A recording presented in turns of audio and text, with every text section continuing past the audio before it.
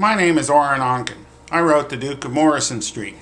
I wrote it because I had a lot of spare time. I wrote it because I like to read detective novels, and when you write a detective novel, you get to put a lot of drunks in it. Drunks and detective novels go together. I like drunks. I'd hang around with drunks all the time, except there's a judge or two here in Oregon who think it's really not a good idea for me. So I hang around with sober drunks, people in recovery. I like them. They can drive you nuts at times, but I like them anyway. I like the drunks, I like the addicts, I like the psychologists, the sociologists, the psychiatrists, the counselors. I like the homeless people who show up at the meetings. I like everything about it. So I looked around me and I put all these people in my book.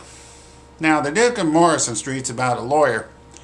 Lawyer is practicing at the edge of town out there among the car dealers and taco stands, trying to make a living in the probate business.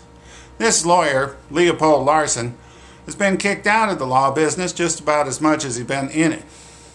When he's not practicing law, he's going to his court-ordered AA meetings down in the industrial district at a place where they're so mean that regular Alcoholics Anonymous won't even put the meeting in the little list of meetings that they hand out to new drunks.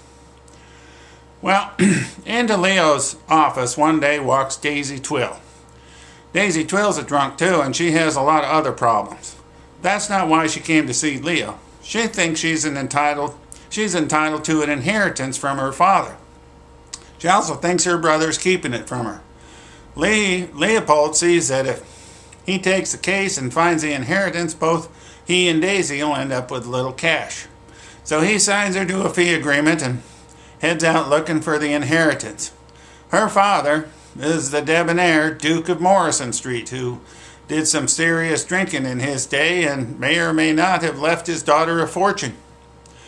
Well, the search for Daisy's inheritance leads to some strange places. It leads to an offshoot of Alcoholics Anonymous that's offering a lot more to its members than just sobriety and isn't very forgiving of those who might stray from the path. It also pits Leo against the biggest firm in Portland, an enemy that he really oughtn't to be going against. Well, it takes all his legal skill, a lot of luck, and a lot of help from his little rough and tumble AA group to find Daisy's inheritance and keep him from losing his license. If you like drunks and detective stories, I think you should give The Duke of Morrison Street a try. Now, I'm no Hemingway. This book isn't going to change your life. If you like drinking, it won't make your drinking any better, and if you're trying to get sober, this book won't help you. But if you want to fill a lazy afternoon or a cold winter night, I tried to make the thing at least a little bit interesting so you won't get too bored between the beginning and the end. So, give The Duke of Morrison Street a try, and I'll thank you for it.